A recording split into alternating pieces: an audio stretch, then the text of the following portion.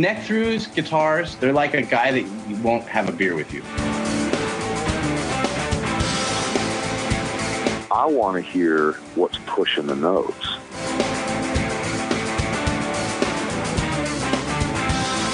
Freddie King and B.B. King, Albert King, and let's not forget Burger King. I don't want to blow my knuckle out.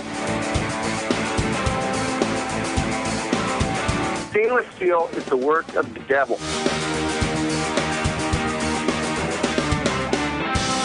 These go to 11.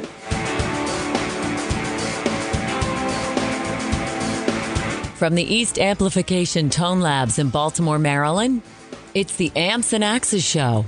With your hosts, Jeff the Godfather of Low Wattage Amps Bober and Mick Marcelino. Well, good day to you, Mr. Bober. Yes, it is. Good day to you, Mr. Marcelino. How are you feeling, my friend? The weather is a little... You know, yeah, it struck me a little bit, but I'm pushing back. I'm fine. That's good. I had the pneumonia 3 times. I had the flu. And... Yeah, that's crazy. We just push on through, man. That's all I can do. You know what? I've crazy. Since November, I've been fist bumping and hugging instead of handshaking and kissing. Yeah, exactly. And son of a bitch, I'm sorry. I touched 2 people's hands a week ago. Yeah. Bam. Now you're just going to wave with a cell phone. That's it. That's good. That's it. Yeah, no, I'm on the mend now. So good. I'm good. We got to thank all of the listeners, man. We are very cool. Today's show, a major listener hooked us up with our guest. With a major guest. Yeah. And we can't thank him enough. That's Mr. Frank Picha. Right, yes. Frank Picha. I spoke to him on the phone. Great Awesome. guy. Long conversation. We got to talking about all kinds of stuff. Mm-hmm. We're not going to mention the guest right now because that comes up. It's our thing. We do that. That's right. A little tease. That's right. So today, we record on Wednesday. Mm-hmm. We release this on Saturday. It's a new format. True. But today is Mr. Zach Wild's birthday. Happy birthday, Zach. Absolutely. I threw a Happy little birthday, thing, crazy man. Threw a little thing on Instagram, and did the like and all that. So he knows we're thinking about him. That's it. We're thinking about him. And speaking of which, it's a healthier Zach Wild nowadays. Right? Oh yes, it is. Yes, he is clean and sober and big as a freaking house because he is jacked to no end, man. Yeah. That dude could probably write a book on bodybuilding. I'm amazed that he doesn't like snap the neck off the Les Pauls, you know. Oh, damn. It's funny. So to go in this other thing, there's a Randy Rhoads tribute that's coming up March 3rd. I think there's going to be a new version, 11 songs co-written by Rhoads. Oh. That probably never made it to album. Wow. And there's going to be a bunch of people that are going to be recording them. I guess maybe putting their spin on it or anything, And one of them, it looks like Mr. Bruce Kulick is one of them. But it's ironic because Zach was the guy who replaced Jakey Lee. Jakey Lee, I don't know if he was accepted as the replacement for Randy Rhoads, or if maybe he had some issues in his head but there were some signs and stuff where they said we miss Randy and things like that. And, yeah, well, hard act to follow, man. I mean, would you want to do that? No. Randy Rhoads was 5 foot tall and he was bigger than everybody else in the room. Yeah. That guy did things on a Les Paul that you never heard prior to him. I mean, Eddie Van Halen did a lot of Les Paul stuff in the studio. On those first couple albums, but then went to the Strat, the Frankenstein guitar and all, and that's a different ball game. Les Paul's, when you're trying to get way up high and you're trying to play fast and you got that ginormous chunk of wood in your hand, that's not easy. And Randy Rhoads was a little guy, man, diminutive person. Yes, and then after Jake, rolled out, Zach was the guy that came in, and there was something about him. He wasn't Randy Rhoads, although when he did the songs, he did them perfect, the old Randy stuff. But it was something about that guy that just people gravitated towards. And I think it was, the Les Paul, the long blonde hair, that kind of, almost kind of looked like Randy a little bit, in that sense. I mean, Right. Zach is a very big guy. Right. Yeah, you couldn't you couldn't mistake them standing next to one another. No, There's but not a chance. Slings that Les Paul down low and just I mean, nobody rips on a Les Paul like Zach Wild. So, cool. happy birthday. Happy birthday, Zach. I did buy the new Black Label Society album, okay. Tales from the Black Vatican, or whatever it's called. Give it a listen yet? Oh, yeah, it's great. Oh, cool. Yeah, Zach writes all the music, everything. Wow. Like, he does it all. He records all the guitar parts, and there's another guitar player, Darian, I think is his name. He replaced Nick Cantonese. And I'm reaching out to Nick to try to get him to come on the show. Nice. And, get his days when he was with Black Label. Yeah. That'd be good. Yeah. There's, you were mentioning releases. I know this one is a few years old. Oh, wow. Yeah, it's actually 6, but I just found out about it. I just ordered it because he put it up online. Carl Verheyen. I know that you know Carl. He's a West Coast guy, and he actually been playing for a long time now with Supertramp. Oh, really? Yeah, but he... is he one of those guys? Is he, like a Carlos or... It's hard to describe. He's a West Coast LA kind of player, So he plays with a lot of people from time to time, probably has his own thing. Oh, he does. It's the Carl Verheyen band, but there's a lot of guesting on here. It's Joe Bonamassa, Steve Morse, Robin Ford, Albert Lee, Rick Vito. So he couldn't get the good Scott guys. Henderson. Yeah, he had the B-listers. Yeah, the C-listers. No, but yeah, I'd love to have Carl on the show too. Carl's a good guy, and he's I saw him years ago. He used to, like all these guys, the LA guys, they would play all the NAMM show after shows, in bars or very cool. or whatever event was going on. Yeah. So I've seen Carl a few times. He's a good guy. I want to get him on the show. Let's get him on the show. Yeah, I mean the CD is called Trading Eights. Okay. And it's Carl Verheyen. And you should check it out. I haven't even listened to it yet, so I can't even tell you what it's like. I'm looking forward to it though, because he's a really good player. Yeah, well, if he's got those guys coming in and doing guest appearances, right? Either he's really bad and needed good guys to come in, or he's really good. Yeah, I have an idea for a song. You guys play it. I don't think that's how it works. No. I'm just not. I'm curious to hear it. Yeah. So, it's funny. I was hoping to hear back while we were still on the air. I just texted our friend Dean Farley because I spoke to him the other day. Dean commented on one of our shows, the Carlos show. Oh yeah. I spoke to Dean about that. Dean has got a great sense of humor. Oh, totally. Yes. And he's working on something new. And as of right now, I haven't heard back, so I don't know whether I can drop that or not. Okay. If I can and it helps him with this project, I'm happy to do it. Yeah. But I don't have permission yet, so okay. I mean, if I get a text halfway through the show, we'll wrap it up with that little thing. But he's working on something new, and it's very cool. Oh, well, that's awesome, man. Yeah, I like that guy. Yeah, he's a good guy. I met him. Got to hang with him at your little annual backyard thing that you had over the summer, and I think it was when you told everybody you were married.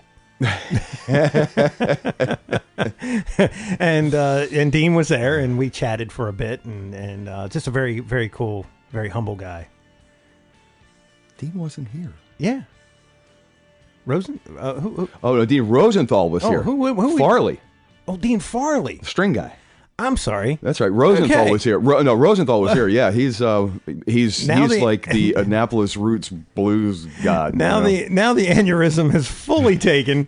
I'm so sorry. I thought I was the one on medication. No, but you're like looking at me going, no, wasn't here, and I'm like, yeah, no. Yeah, because at that time he was in Florida. There's not many Deans. No, there's not. Although there were 2 here that day. I can't make an excuse. There were 2 here that day. And Farley wasn't one. Well, yeah, I understand why, because halfway through the day, to half of us, it probably looked like there were 4 of them here. So yeah. Here's the problem. It was a party. Here's the problem, Jeff. I don't drink. There's the problem. So there's the problem. It's just escaped me. Okay, so now it makes sense. And wow. Yeah, Dean was in Florida then. Now, if we moved the party to Florida, then he would have been there. And hell, that would be a good thing to do someday. Now, the good part is everybody's going to hear this. I'm not going to cut this out and just show you that we don't step on. I was going to give you the little wink, like we'd fix it in the mix. Screw it. I don't care. It's fine. I like both of those guys. Both Deans will love it. Yeah. Awesome. Dean Farley is just the coolest dude. Because he just had, first off, he's on the beginning of our show where he says, stainless steel is the work of the devil. Yeah, that's Dean Farley. And of course, if you go back and you check his second episode, oh man, I got to make a comment about that real quick. But if you go back and you check his second episode that he came on with us, you can see his surf green Strat that has the original Joe Barton white pickups in it. Oh, nice. Yeah, the little picture scroll. Are they the single blades in that one? Yes. Okay. Yeah, they were not dual blades, and they were white. Mm-hmm. So probably like the only ones around, because all they did them was in black. Yeah, back then he was commenting about the white. Yeah. So nice speaking of which, if you go to our website, we mentioned this last show that there would be a list of all the guests that have been on the show. Mm-hmm. Oh, underneath Jason Sudeikis's Quick Lick. Yes, and thank you, Jason. Yes, I mean, thank you, dude. Yeah. You gotta like put your hand in Bengay, and then I watched a couple of licks ago. It might have been 2 licks ago. Okay, and I'm pretty sure I can do the last chord. Yeah, that was the first lick. It's like these crazy notes, and then I got that. So anyway. We had mentioned that we were going to put a list of all the people on there so you could easily find a guest if you wanted to go back into the archives and not have to, because when you go to the blog page, you have to scroll all the way down, then you got to hit older, and then you got to scroll all the way down, and you got to hit older, and it's a real pain. But it's the way that the blogs it's the work format that of way. The page that Any blog that you're on is going to do the exact same thing. So I was thinking, I'm going to put this list on there, and I'm going to link every single one of them. And then I saw a thing where I could put a calendar on there. Well, when you put the calendar on, it directly ties to the blog. Nice. And then you just go through the month. You hover over the day that will be highlighted with the picture of whatever, and it will give you a description of the show. It gives you the title and the description, so you get to see like Joe Barton, part 1, 2, 3, all the way through 5. Yeah, and if you look, you can see we started on Wednesdays. We moved to a Thursday release, and now we're at Saturday.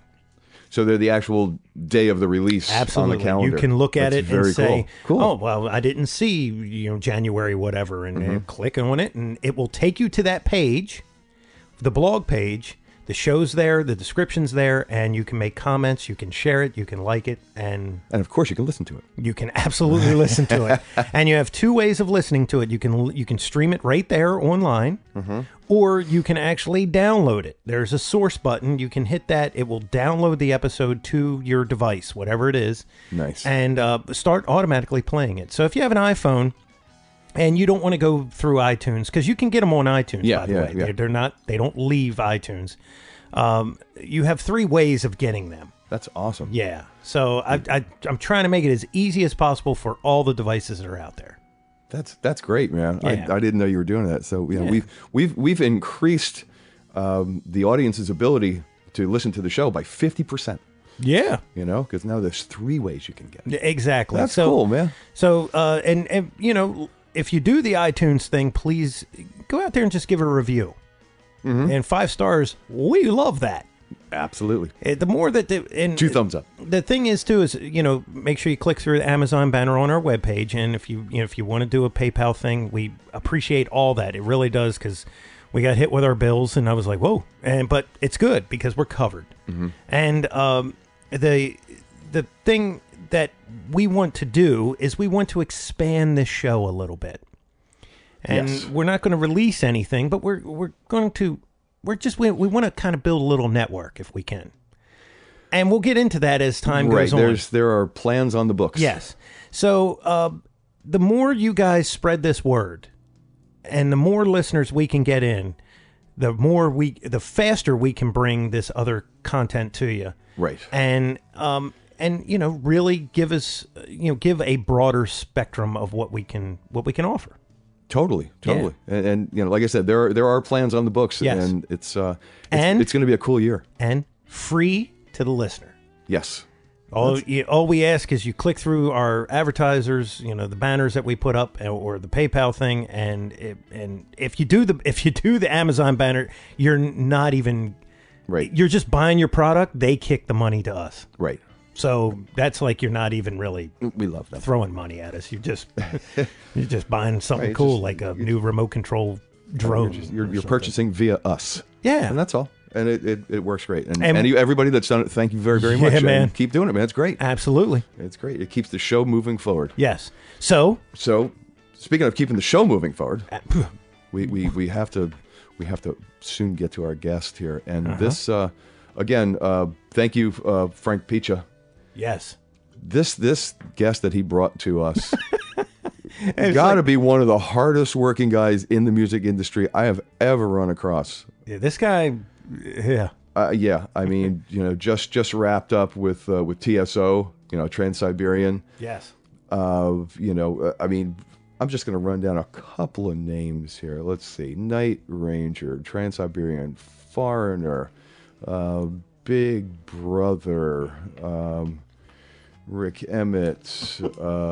God, he's played with Nugent and Sebastian Bach. And I'm literally skipping down a list of about 50 artists here. Survivor, Slaughter, just crazy. And theater, like a lot of New York theater, Rock of Ages. Rock of Ages. He was the guitar player, one of the guitar players on that gig. And he did a guest spot on that metal show. Really? Yeah. Oh, that's too cool. He was guest guitarist on that metal show. So well, he can be. Yeah. Yeah. And now he was, and then he wasn't, and now he is again back with Whitesnake. Replace Mr. Doug Aldrich. Mm-hmm. So he's back out with Whitesnake now, and we are very fortunate to get him before he's out doing 1 million shows a year again. Yeah, man. So we'll be back in 1 second with our guest for the week, Mr. Joel Hoekstra. Hey, this is Devin Allman, and you're listening to Amps and Axes. Joel, thank you so much for taking the time out of what's got to be an insanely busy schedule, man. No, thank you so much. Really, I appreciate you having me on. It's great to talk to you guys. Cool. Well, yeah. Thanks, man. We're happy to have you as well. Yeah. And you just we'll get into all the bands that you're in or have been in, and you just wrapped TSO, right? Absolutely. Just finished up my 5th winter tour with Trans-Siberian Orchestra, and as always, a total honor to be a part of that tour. They just put up numbers saying it grossed $51 million in 52 days. My, oh my. Whoa. And to think I only made $49 million of that. How dare they rip you off like that? They pocketed the rest. It's unbelievable. No, honestly, it's really awesome to be a part of those tours. They just have such a great dedicated fan base, and Paul O'Neill really does a fantastic job of putting together a production that just gives the fans like every penny's worth. So everybody goes away feeling like they made a good decision coming to a TSO show. Wow. I've seen it 3 years. Wow. 3 and had some gaps in there. Mm-hmm. So like Alex Skolnick was the guitar player one time. Right. Saw. Now, do you do the East Coast wing, or do you do the West Coast stuff? I usually end up doing the East Coast shows. Oh, okay. I basically took over for Alex, I guess, 5 years ago now. So it's been a while since I've seen it, but I can tell you this: there isn't a singer, there isn't anybody on that stage that isn't at the absolute just echelon of being. It's like there's a farm that they just go get the best musicians on the planet, and we're going to do these crazy songs that are just. A million parts, and it's just amazing to watch, and everybody's dressed nice. Right. Well, that's important. Yeah, that's a testament to management and Paul, and they give us really 2.5 weeks of rehearsal time, full production rehearsals in Omaha that are quite a spectacle unto themselves. I mean, they basically have a full arena going for us for 2.5 weeks. So that really allows us to hit the ground running and sound like we have it all together right away on show number 1. So that's quite a luxury to have in today's climate. Yeah, for sure. I mean, to have pre-production like that going on, it's somebody's putting up a couple of dollars to make that possible, and that's exactly. I think Paul really, it's for him, it's about giving a quality product to the fans and building a real dedicated fan base, and we're real proud to feel like that we've achieved that. So that's great. And it's one of those things, you're seeing a rock show with a ton of people up on that stage, and your head is not being blown off. Because when you look out in the audience, there's a lot of older people, that are there. It's very, the audience it's not a mosh pit going on or anything, Right. And Christmas mosh. But it is, it's just, the sound quality is amazing, but the level is not throwing you down like when you go see like Ozzy or somebody. You have to know your audience, man, and I'm sure it's an all ages kind of thing. Yes, for sure. And our sound engineer Dave Whitman is really unbelievable. He's engineered every note on every TSO record as well, and he really knows how to make it sound good in those arenas. Now the tricky thing is a lot of times if you do make it too loud, man, you're just dealing with more and more echo and reverb, and the clarity suffers. So Dave just does a really good job of finding that happy medium of having a show that rocks, but it's not, there's still clarity to it. So yeah, that's great. Oh, it's perfect. Yeah.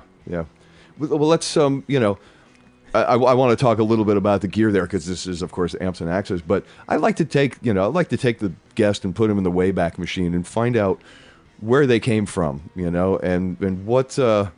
What caused Joel to pick up the 6-string instrument and start on his career path? Where did you grow up and when did you start?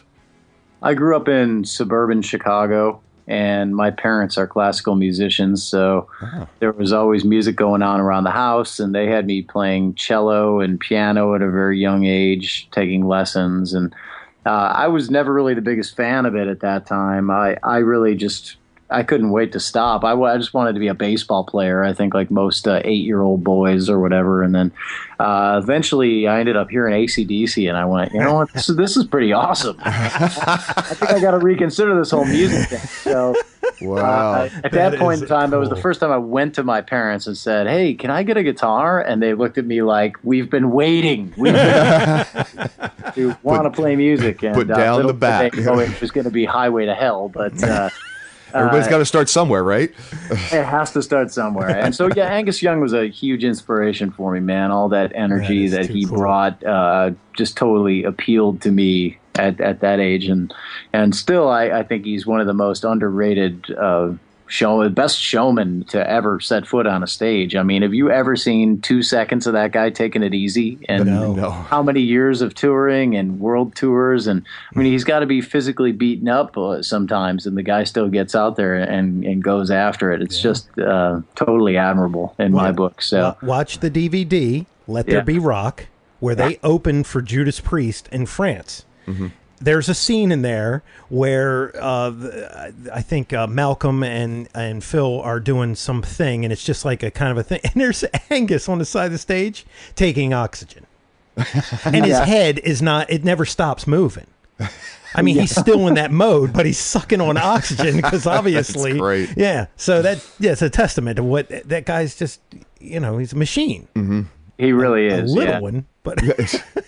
Yeah, our friend Frank Marchand, I was over to his studio the other day, and he turned me on to the new AC/DC that he had just downloaded in like high def audio or something. 96 kilohertz. Something like that. He's going, you got to hear this, man. It's like the best stuff they've ever done. Yeah, well. It's really good. Yeah, man. I hope he stays okay, because they're saying he's showing some signs now, like his brother. Really? Yeah. They said there's a YouTube interview where he's talking, and it's just recent, and he just goes off on this tangent that has nothing to do with what they were talking about. Wow. And they say that he is approaching the age where Malcolm actually started showing these signs. Yeah. So, wow. Yeah, it would suck. Yeah, it would. Yeah. Well, be awful. Yeah, of course. Hopefully they're touring one more time. So, yeah. Oh, yeah. So. All right. So you began with an AC/DC urge. How old? Man, I need to think about that. I think probably like 11, something like that. It took me a while to get into rock music. I was a little older because, like I said, my parents weren't playing it around the house. So a lot of my friends, like in my first band, they said, "Oh, our parents used to listen to Elvis or whatever, or the Beatles," or that was never going on in my house. There was just classical. So for me, it was. I think like a real eye opener to hear rock and go, man, this is awesome. Like, and so yeah, everything started kind of there for me in the heavy metal thing, hard rock, AC/DC, Sabbath, Ozzy, Iron Maiden. That was definitely all the really early influences for me. And we just wished happy birthday to Zach today. Yes, we did. It's Zach's birthday, but. So can I have a guitar? What was the guitar? What was the amp? What was it a cool thing, or was it like, oh my God, I can't play this? I had an Electra Westone that was real curvy, and I think in my mind it looked like an SG, and it was curvy on the back end though as well. So it had sort of the I guess the double cutaway up top, as you would refer to it, and then the back had something very similar. So it was like, in my mind, it probably looked like Angus's SG. It was a red Electra Westone, and I had to earn the right to get an amplifier. So at first, the guy at the music store said, "Well, you realize you can just plug this into your auxiliary input on your home stereo," and and I went, "Okay, that's good enough for me." So I think as soon as I figured out how to play Paranoid, that was the first song I learned. I pretty much spent all day like having my home stereo on like 10 and. Promptly blew those speakers right out, and they sound so good, don't they? Right before they go. My parents thought, "Oh, let's get this dude an amp. This is like this a problem." So, what did your parents play? They're basically organ and piano and conducting. So that was probably a very mild-tempered household to grow up in, I imagine, right? Because I mean, classical music, you can't be angry. There was just a lot of music in my childhood, which I think was good for me in a lot of ways. It helped me develop a sense of pitch and rhythm and things like that at an early age before I even began to play guitar. So, like for instance, like as soon as I learned how to play a power chord, it was easy for me to piece together about 30 of my favorite songs because I went, oh, I get it. So that's the chord and it just goes here. And I could figure out where to put my fingers by ear pretty much right out of the gate just from having listened to so much music, I think, as a kid. So my sense of pitch was strong. And that just really helps with fundamentals, really understanding how to read music at a young age and stuff like that. I don't regret any of it. It's really, really great. You were saying I figured out where to put my fingers here and here. It almost sounded like you were beginning as self-taught, but then you mentioned reading music. Well, I learned to read music on the other instruments, and I did have a teacher who taught me a little bit of note reading out of the gate on guitar, but it was primarily songs, and that was really cool. I had this teacher that taught at the local mall that would teach you just songs, whatever you brought in, he'd pick off cassette and teach you how to play it. Cool. But the thing that was really different about back then, if you go take a lesson nowadays, it's almost the norm that it's like written down in tab or some form, or nowadays there's video of the teacher showing it to you or whatever on Skype. Yep. But back then it was like, if you don't get this down, if you don't remember it, that's tough. So it really made it like he didn't write anything down for me. So I'd get out of the lesson, and I remember like literally waiting for my mom to swing around and pick me up in the car, like practicing it, going, oh, I can't forget how to play this. And like, what did he show me? How did the second section go? Second riff? And that was really good for just kind of driving you to get it down. There was no like, oh, I'll get it down tomorrow, because you'd go, there's no way I'm going to remember it tomorrow. I got to go through it now. Right, and play it all week so you can play it back to him next week when you go back for a lesson. Yeah. Or even for yourself. Oh, yeah. I don't want to go learn it and then forget how to play it. And so, yeah, I was pretty driven, but that was a great teaching method because songs definitely got me very inspired. Just teaching kids that they can actually play music that they like, I think is very important. Sure. Some parents are like fixated on making it a discipline. Mm-hmm. Yeah. Like, well, you're going to start on acoustic with strings 3 inches off the fingerboard and get your fundamentals. It's like, well, that's not going to make the kid want to play. No, it's going to get old fast. After this show, though, I'm going to call up my parents and cuss them out. Because all I had in my house was MASH, and if I'm not mistaken, it was the soundtrack to Grease, which after about the 800th time that my mom played it, I was actually contemplating suicide. Well, I think that kind of stuff did make our way into the house. My sister was 2 years older than me, and she was definitely into a lot of the disco stuff, and so we had a lot of those 45s or what have you around the house. So it's not like I was totally unexposed to any of the pop or rock that was going on. But honestly, it was probably more like disco until I heard like AC/DC and that was really the game changer for me. It was Back in Black. Oh, nice. That was what, 81? 80? 81.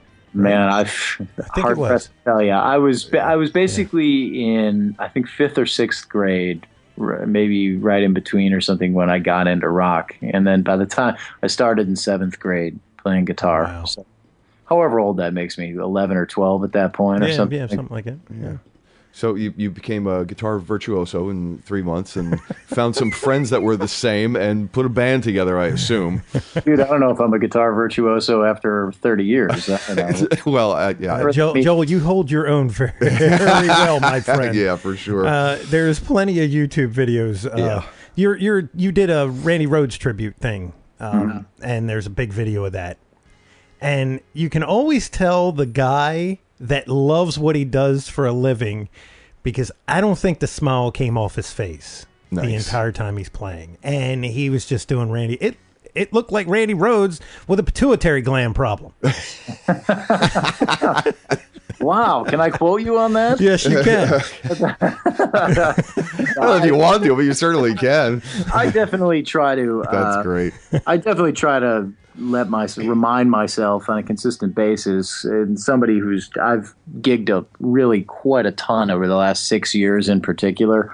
I've been, if you included sessions and things of that nature, I've been doing 400 gigs a year for about the last 6 years, with Rock of Ages being 8 a week and Trans-Siberian Orchestra being 8 a week. And so I definitely, I'm very at ease on the stage at this point. When you're just constantly on one, you can't help but be. And I like to remind myself that I'm lucky to be there, because there's a lot of great players, and it's definitely a profession that you have to respect and feel very lucky to be there. You can't take it for granted. Mm-hmm.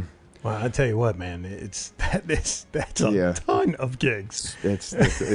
I take back what I said on the intro. Like, this is one of the busiest musicians I think I've ever run into. This is the busiest musician I've ever that we've talked to. Stuff that we've talked to. We haven't talked to anybody that's done these kinds of things. Not that heavy. Yeah, that's a schedule, man. Yeah, that's a schedule. All right, so at some point you get I would assume what feels like a big break. I mean, what was the thing that you went, wow, this is cool. I'm going to be able to make money at this, or make a living at this, or what was the first thing that happened to you that you thought was really cool? As far as I don't gigs? know. Yeah, as I tell people often in these type of interviews, it's just really been a series of steps for me. And every step of the way has felt like, wow, that's really cool. Wow, that's really cool. But there really is no going from point A to point Z in the music business. You're just kind of always going point A to point B to point C to point D. That's how you build a career. Mm-hmm. Yeah. So I think those people that are out there thinking, I've never done a gig with a bar band, and gee, I hope the guitar player in Iron Maiden quits and I can get the gig, they're not looking at it realistically. Right. You have to be functioning on a similar, in that scene, or a tier slightly below to get the Iron Maiden gig. It's not, you're not going to get hired really out of the blue. So, although, Joel, I have to tell you, I don't mean to interrupt, every time I see Iron Maiden, there's another guitar player in the band. Well, no, they just keep adding guys to it. They have 3 guitar players. Yeah. They've gone with a 3 guitar player lineup. But no, it's been that way for me. So there's been lots of steps along the way I've been happy about. When I got out of Musicians Institute and went back to Chicago, just building up a teaching schedule of 70 students a week. I felt like that was an accomplishment, and I did that for years. And then getting the Love Janis show, which was a show about Janis Joplin, and performing in that in New York for a couple of years was a big step for me. And then getting out and gigging on the road with oldies acts like the Turtles and Big Brother and the Holding Company was big for me at the time, and fun. And getting out and obviously getting the Night Ranger gig was a big step for me, and Rock of Ages and Trans-Siberian Orchestra and now Whitesnake. Basically, every one of those has been a really nice step for me to be at this point.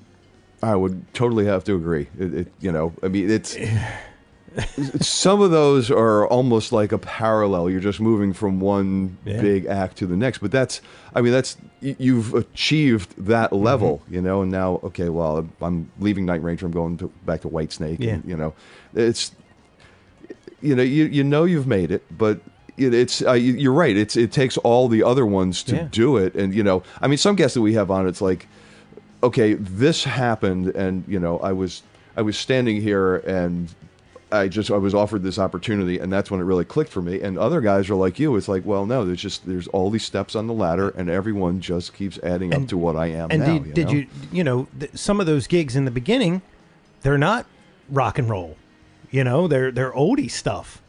But right. that was that stepping stone. Hey man, oldies are still rock and roll. You know what I mean. But it's for a guy that grew up on AC/DC and Iron Maiden and Priest and all that, you look at that and you go, a lot of people would say, no way am I going to do that. But see, he took that. Once again, it's that yes thing. Saying yes. We get this all the time, Joel, with, we talk to Paul Pesco and we talk to Carlos Alomar, and every single one of those guys, Pete Thorne, right? He came back. He said, no, the guy was like, hey, do you like it? You're okay with in-ears? And he went, yeah. And it was the other guy said no. And so they gave it to Pete.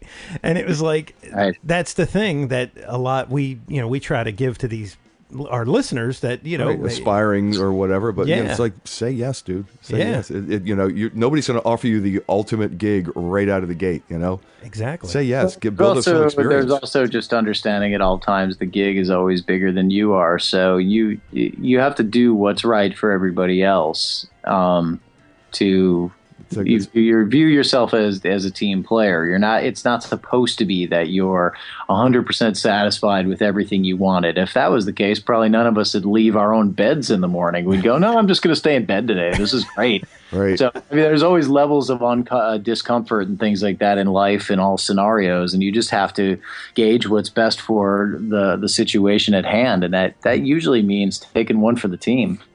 That's cool. This is a guy that people like to work with. I can tell you for sure, because a team player is the best kind of player to have, and he's involved in acts now where if everybody is like that and everybody is on their A game, shit, it doesn't get any better. I mean, that's a pleasure to go out with and on tour with, and because it's not the most glamorous life half the time, and if you got a whole bunch of prima donnas wanting everything their way, it's just, by the time you're exhausted by showtime, and then showtime is like, oh, I just got to put up with this prima donna here too. Team players like Joel and everybody, it's like, that's the unit that you want to be involved with.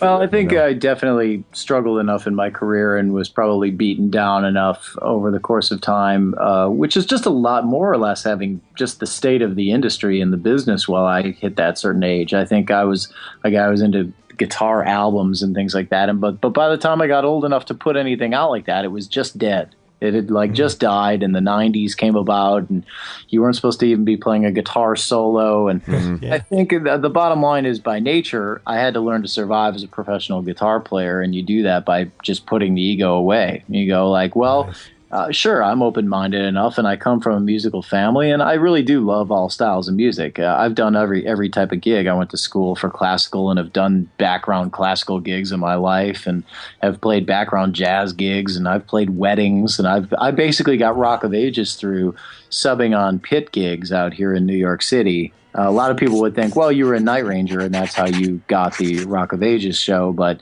really, I got it through subbing for my friend out here in the pit at this show, Tarzan, which was really just like totally normal. Like Phil Collins wrote the music, so you're just playing like kind of pop Genesis style stuff, but it was learning whatever Cappuccino and things like that to play in the pit. And it turns out the keyboard player on that show became the music supervisor at Rock of Ages, and that's how I ended up getting that call. So that's kind of like the hard work creates good luck story right there. Yeah, and being an easy guy to work with, it's like, oh, I got a great guy for this gig, you know. And, a friend of mine, Mike, in town here does in town in Baltimore, he does hair all the time, and he's like on the Acela from here almost every day. Hits New York, hits Broadway, does hair, you know, gets back on the Acela, comes home, and that is so cool. Yeah, so he said there's a lot of Baltimore guys out there too, which I thought was very cool. Yeah, but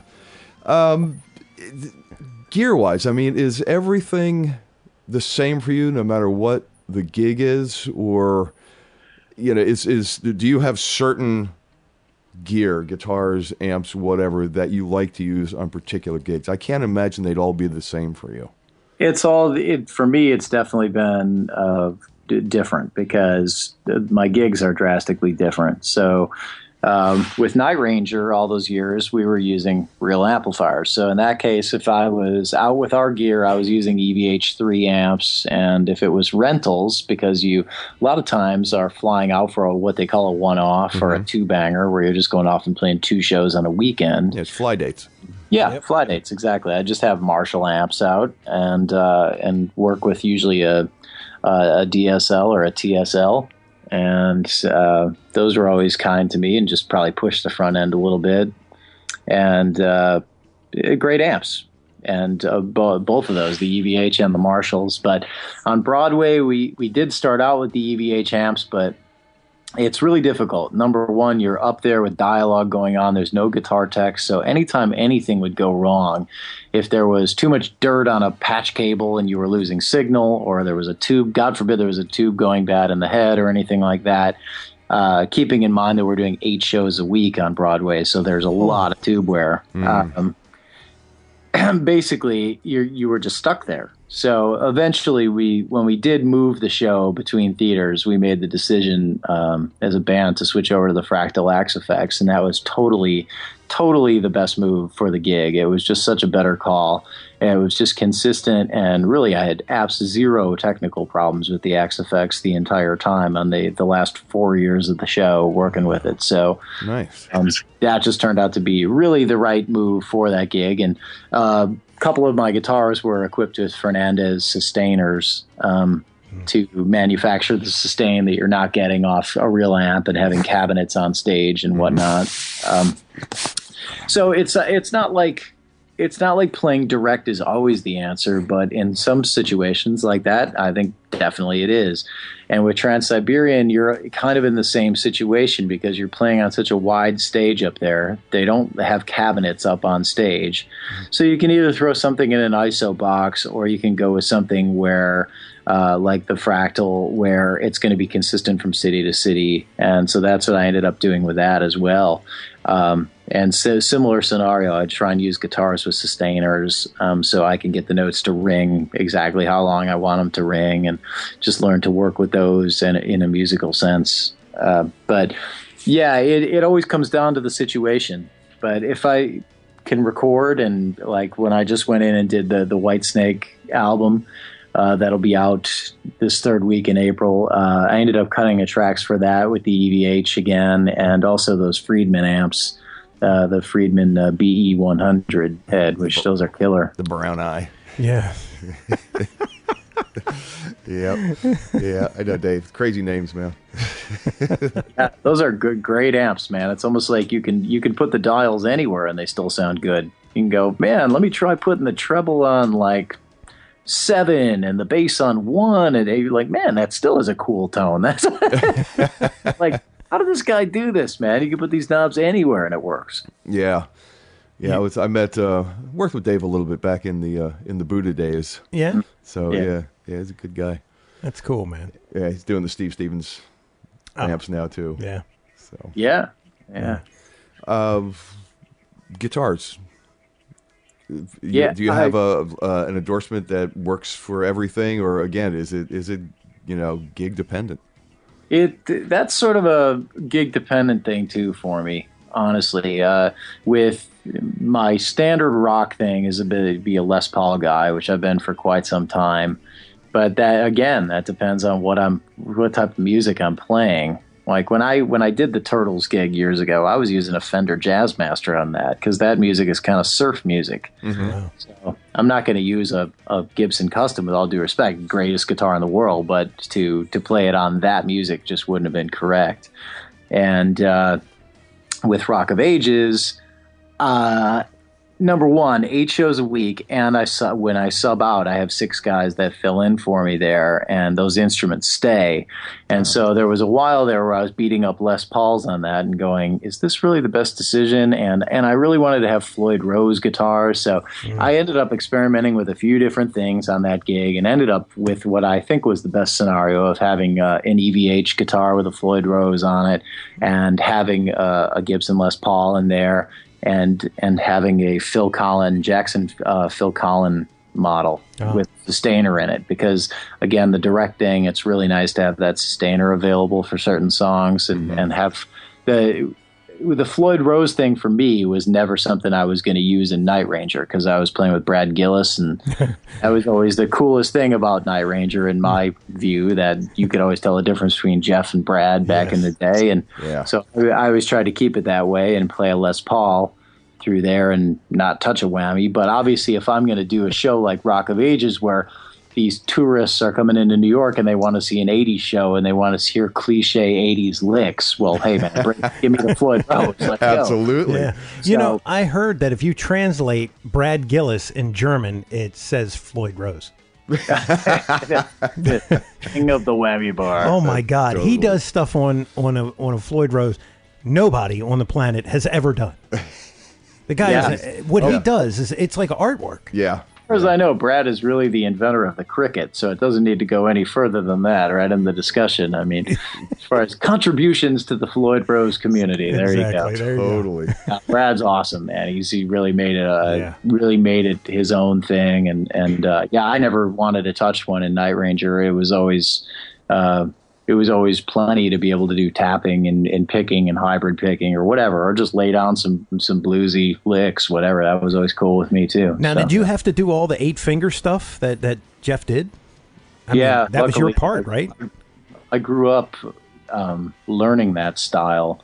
I was lucky. I had this teacher, TJ Helmrich, when I was, I guess, probably 13 or 14, long before I should have been learning 8-finger, but he was working on it, so I think he would use my lessons to practice and say, hey, man, check this out, work on this. And so he was showing me 8-finger licks when I was really young, probably 14 years old, I think, 15 years old. And so I remember learning the Rockin' America solo when I was 14 and practicing it. And so for me to come full circle, or not full circle, that's not the term I'm looking for, but to eventually be a Night Ranger and to be playing that solo on stage was totally cool for me. And it was I was really like, wow, this is so weird. Like, why did I learn that style when I was so young? And anyway, it's like fate, man. Well, everything happens for a reason. Exactly. Everything happens for a reason. It's wow, that is so cool.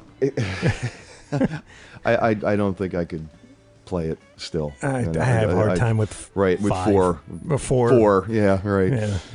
Yeah, the other ones are just meant to hold a plectrum, and that's it. Yeah, well, it's again. I listen, man. I'd be happy to do a gig where I'm just playing rhythm guitar too. For me, it's just about playing music on a really high level and music that I like. It's more so than let me get my licks in or let me be the guy, or it's all that stuff just ends up being like not as important as you think it is. And the bottom line is, even with that philosophy, I've ended up with gigs where I get plenty of room. I feel like it's not like anybody's trying to hide me. Mm-hmm. That is cool. That's a good lesson right there. Absolutely. Absolutely. We've talked about that. We've had that conversation, Well, I mean, he's on the road and traveling so much and so many shows, whether it's in studio or in the pits or everywhere. and you've got to be around a million people all the time. And this is not a musical question at all, but do you have a particular way you stay healthy to do all that? Yeah, that's a lot of gigs. Yeah.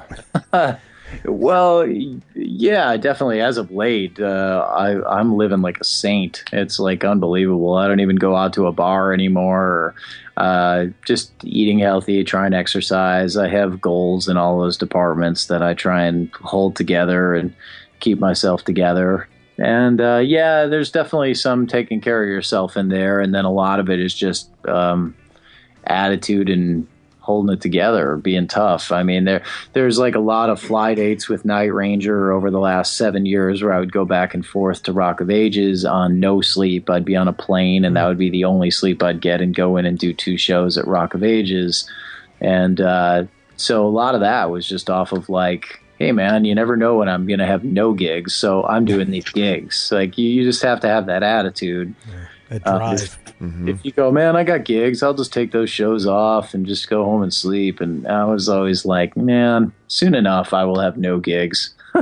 So, Yeah, right? Yeah. I don't know. I put it this way. I hope not. And I'm just going to continue to work hard and try and have the best attitude I can not to have that. But the bottom line is music is a tough business. So you can't take it for granted ever and just kind of rest on your laurels, in my opinion. Yeah. Well, and the other thing is, too, is though, Joel, and I know you're very humble, you are an amazing guitar player. I mean, you bring so much to the table that, I mean, if they're going down the list, they go, okay, yeah, we'll get Joel. Because Joel, we know he'll come in, it'll be done right. Right. And obviously it'll be done with no attitude. Well, that's why he's playing 400 Exactly. gigs a year, That's amazing. That's amazing. That's a work schedule, brother. But no, no magic medicine. It's like, I take echinacea and zinc all the time, and three cups of green tea every day, and a lot of coffee on the front end of the day without a lot of food. Honestly, if I had to tell you some of it, because that's I think eating heavily out of the gate in a day takes the wind out of your sails. So I try and just kind of do the caffeine thing for the front end of my day for a good chunk of it, and make sure to exercise, which keeps your energy up. Yeah. It helps with the immune system. All that stuff. Yeah, for sure. Man. That's I mean, you've got it figured out because you're just doing an insane amount of gigs, and obviously everybody loves you. Yeah, so, man.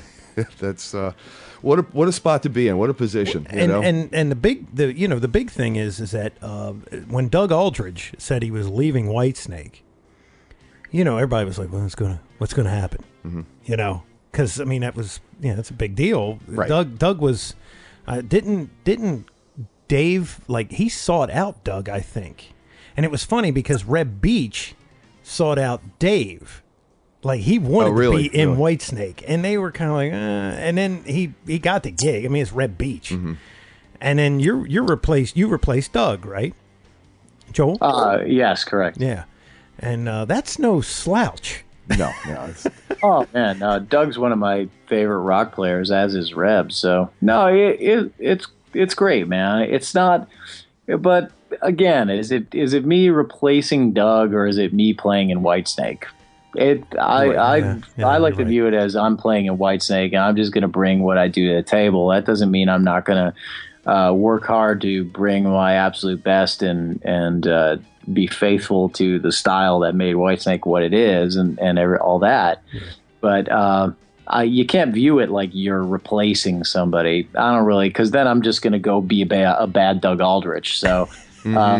For me, it's really like I'm in Whitesnake, and I'm just going to bring the best I can and do the best I can with it. And I mean, I love Doug and his playing, and same with Reb. It comes down to just being a professional and doing the best you can with it. And I guess what I meant to say is that arsenal of guitar players that has been in Whitesnake. Oh yeah, you know, Steve Vai and Adrian Vandenberg and John Sykes, of course, and then you know. But again, if I don't want to have a nervous breakdown, I probably best not repeat all that to myself. Right, stop thinking about it now. Exactly, because then I'm just a bad Steve Vai or something.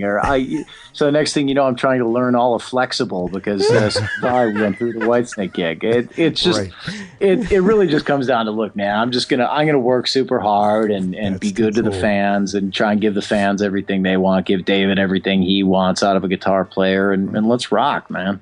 And so cool. You know, enjoy it and be thankful for what it is, and you know, I mean, just go out and freaking rock. You know, you're capable of doing anything as good as any of those guys. Just go out and enjoy the, you know. Yeah, man. When you hit the deck, just go out running and have some fun, man. I like you know, you know, I don't think he wants to worry about all the pressure of trying to fill all those shoes. It's like, no, he is just another guitar player that is equally as good as anybody else that has come before or after him. And, you know, you got to have your own voice in the thing. You just can't mimic. Well, I just like the fact that he knew Steve Vai's first solo album, Flexible. That's really cool, because a lot of guys they skip right over that one. You know, I love Flexible. I mean, I grew up on a lot of the guitar albums. Like I said, Satriani and on. A big part of the background for me. In addition to my starting out with the hard rock metal bands that I named, I was very much into the hard rock / melodic acts like Boston or Journey and Foreigner, even though Foreigner is a little bit more of a bluesy influence. And also, of course, like definitely into the prog bands like Rush and Yes. Nothing too obscure, but I was really always kind of focused on who could play and who couldn't play there for a while. I was like, that became more what it was for me. So the guitar albums and the prog bands, but still a lot of the metal bands, the playing was great. And like I was definitely always into the Dio stuff. And Vivian Campbell's work on there, and James Dio is probably the best metal singer of all time, right? I mean, he's so great. And so anyway, that I definitely have a lot of influences, but the guitar albums, that was part of my upbringing, so that's definitely in there. You just made a statement back there before. I'm really kind of curious, and you don't have to expound on it if you don't want to, but you mentioned who could play and who couldn't play. You know, I mean. Well, let's face it. Somewhere in that '80s thing, there was the music that was for like the chicks who just didn't know any better, and there was the guys who were going to those shows just trying to get the chicks, right? I mean, there was like, but it wasn't necessarily like, man, that guy's an amazing guitar player. It became about like, look at his hair. Whether or not the chicks liked the pink satin panties the guy had like sewn to the outside of his drawers or whatnot. So, but it's all good. And nowadays I don't even look at it like that. In all honesty, I've gotten to the point where life is not a talent show. It should make no difference whether or not I feel like I've practiced harder than some other guitar player. If somebody's career has done well, then more to them. And I look at it more from that standpoint nowadays. It's not as important to me. It's like I'd rather just be cool with everybody and enjoy everybody's perspective on life, man, as we're passing through it here. That's awesome. Nice words. Is awesome. Yeah, for sure. Yeah, when do you go back out? I imagine you go back out with Whitesnake next, or still, or however you want to look at it. When do you go back out again to do something? Should be firing up in the spring. So the album will be coming out this spring. So everybody should look out for that. I'll be and then a tour following shortly thereafter. The dates haven't been released yet, so I'm not really able to tell you too many specifics on that. So I'm sure you're staying busy. Do you do any solo projects? Anything we can put out there for you? Oh, definitely. I mean, I have 3 existing solo albums of my own from years past. 2 of them are kind of like, I guess, what you would term rock fusion, and one of them is an acoustic album. And then I have a couple side projects. One of them is called VHF that came out last year. That's, again, an EP of psychedelic instrumental rock. That was nice. That's cool. Yeah, with an old roommate of mine on drums, Todd Vinciguerra, and Tony Franklin from the Firm and Blue Murder on bass. And I have a side project that I'm working on right now that should be out in summer of this year. That's got a lot of players that people are probably familiar with. It's Vinny Appice on drums, and once again Tony Franklin on the bass, and the great Russell Allen singing from Symphony X and Adrenaline Mob. Oh yeah, wow. Derek Sherinian played keyboards on it, and Jeff Scott Soto actually did the backgrounds on it, which is a little like having Babe Ruth come into bunt, but it's all good. Wow.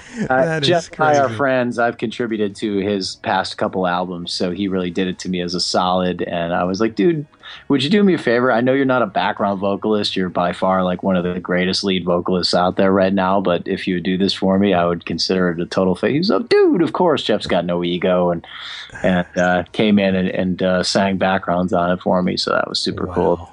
That's great, man. That is great. And did you say that's coming out, or?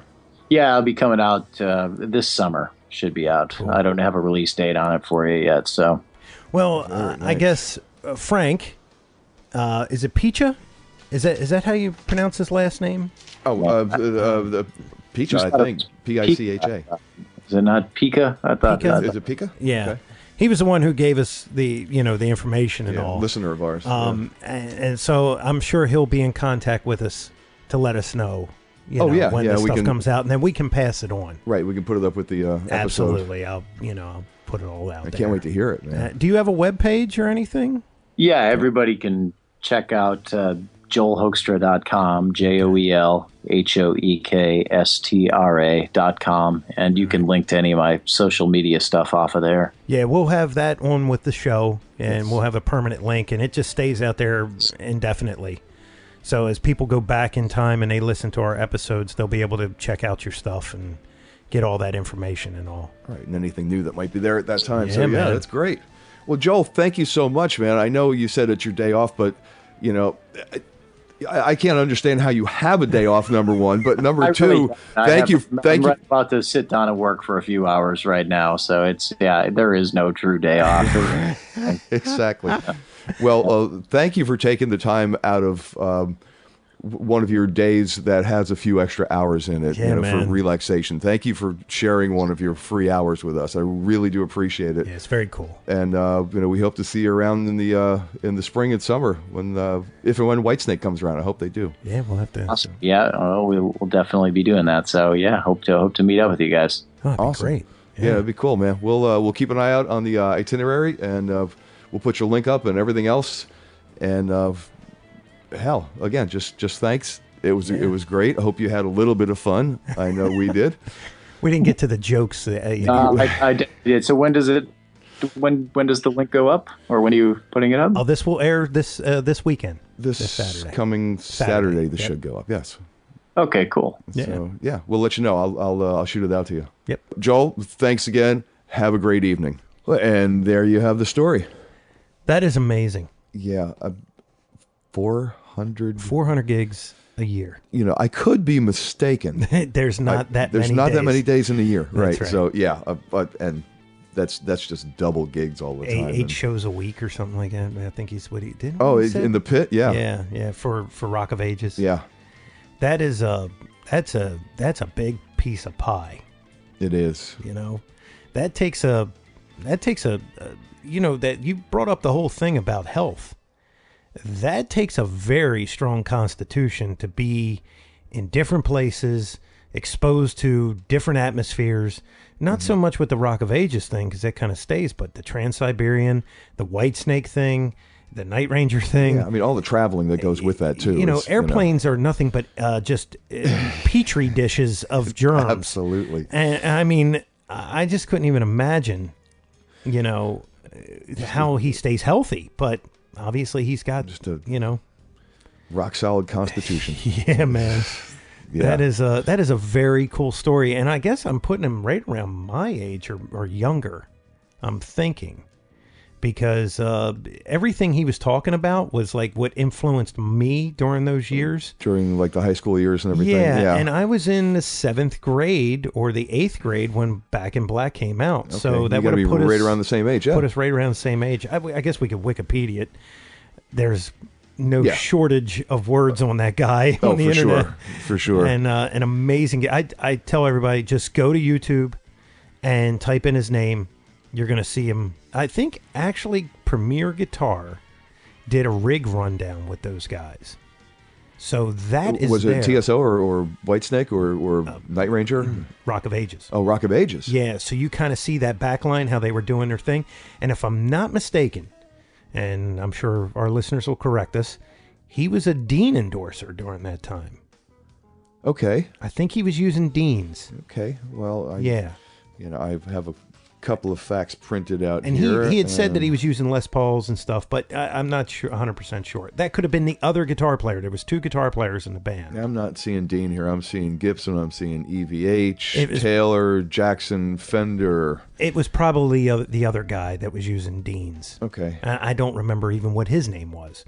But, when you're doing those kinds of gigs, that you are like, there's no room for any kind of, you got to be dead on all the time.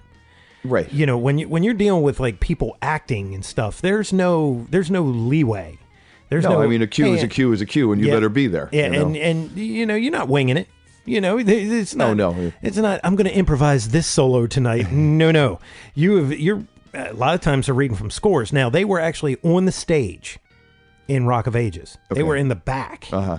And they would allow them to come up and do solos and stuff, and then they would go back. It was pretty interactive with the band that was actually playing. A little bit different than the pit. Yeah, the pit is the pit. It's just those guys. You can see heads, right? But you don't see a lot going on. They were actually like almost part of the show, and but still, you have to be. Yeah, no. Everything has to happen when it has to happen, and there's no margin for error, and And Trans-Siberian, same way. Oh, absolutely. Yeah, absolutely. That is a well-oiled machine, man. Yeah. I tell everybody, you could see nothing else. Go check that show out before you leave this rock, because it is. I mean, there's like. It's such a great concept, for somebody to put together and to continue on for all these years. Oh, it's amazing, it's there's like 8 singers. Each one sings as good as the other one. I mean, it's like just one incredible singer after another. Yeah. And I'm going, how the hell they get all these people that sing this well? You know what I mean? It just really, I'm like, it's amazing to me. Yeah. Because, there's a lot of bands with bad singers. Really? I don't think I've ever seen one. Yeah. No, that's a... I'll show you after the show. That's a huge pool of talent there. It's insane. Yeah, it's. I mean, it really is. I mean, really, you have to be. Everybody has to be an A player. You know, down to the narrator. And vocalists too. I mean, yeah, everybody's got to be A. A list. Very cool. Violins and. Oh yeah. The bass player, the original bass player, one of the guys that was like part of the whole thing. He died in a car crash. Really? Yeah, some years back. I remember hearing that. He was like one of the creators. The keyboard players. There's 2 of them. One on, for the East Coast band, one for the West Coast band. Those were the 2 guys that actually put the whole thing together. But this bass player was like one of the original members. And then the guitar player from Sabotage is, he's one of the leaders of the East Coast band. Oh, okay. Yeah. And I forget his name, and I should have better notes. But I know Sabotage. I forget his name. Yeah. But yeah, the guitar player, the other guitar player, has rolled in and out, and that's where Alex Skolnick was, and then now Joel. Right. Yeah. So, but it just. Yeah, I think Alex. He stepped back a few years ago, probably when Joel. Got involved in it, because he was. He did the Testament thing, and he's got this crazy jazz thing that he does, and. Right. He's got like a trio jazz thing. I mean, I've seen him downtown Baltimore doing this jazz thing. You know? Alex Skolnick is one of those guys that's like, just anything. Yeah. Just whatever you want to play, I wish there was a way.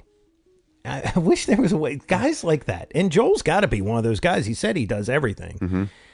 I wish there was a way we could actually look into somebody's mind and just see what gets mapped out as they're thinking. You know what I don't thinking know. as like performance-wise thinking? Yeah, or like career-wise thinking? No, or? like performance, Okay. like in that moment, right? Because think when you're playing, they say, "Oh, you can't think about it." Well, you have to think about something because it's like, okay, here's this part, here's this part. You're right. You have to think about what you're doing. You can't overthink in the immediate, but you do have to anticipate what's coming. Yeah, and the parts and everything. I would just love to know when it comes to guys like Joel and those guys, how they create this filing cabinet of memory. When I seen Paul Gilbert, I use Paul because he was I just was amazed at this guy and I know that some people will go, oh, it's all acrobatics or whatever. But, when you see an hour and a half show and he's played note 9,500 without a mistake and then finishes that hour and a half, it's like, what is that memory? That memory bank is like, 40 miles long. Yeah. And how does he line it all up? That's my thing. It's like, and then like Joel may be going to a completely different project. Oh my God. Either the same day or the next day. It's like, no, just this is completely different. I see local bands and they go, yeah, we got 60 songs on the roster. And I go, man, that's 60 songs. That's pretty heavy. Think about going to 3 different bands or 4 different bands, having to know all that music. And you're not, most of that you can't deviate from. You have to be dead on. Now, of course, he practices. There's no, like anybody else. But you know what? Where does that? I mean, that chip in there has got to be huge. My question is, when does he practice? Well, here it is. See, that's why there's 3 cups of coffee in the morning. And full disclosure, we are right now at 10:11 p.m. on a Wednesday. And he's got 2 more hours worth of work. He said. Yeah. So, yes. Maybe he slept in. I don't know. Either way, Joel, thank you. Oh, my God. That was so much fun. Yeah. And thank you, Frank, for the hookup, man. That is, that's awesome. And thank the fans, of course. And I guess, until next time, my friend. There's a next time? Always. Good. I am Mick Marcelino. Yes, you are. You? I'm still Jeff Bober. And we are saying... onward.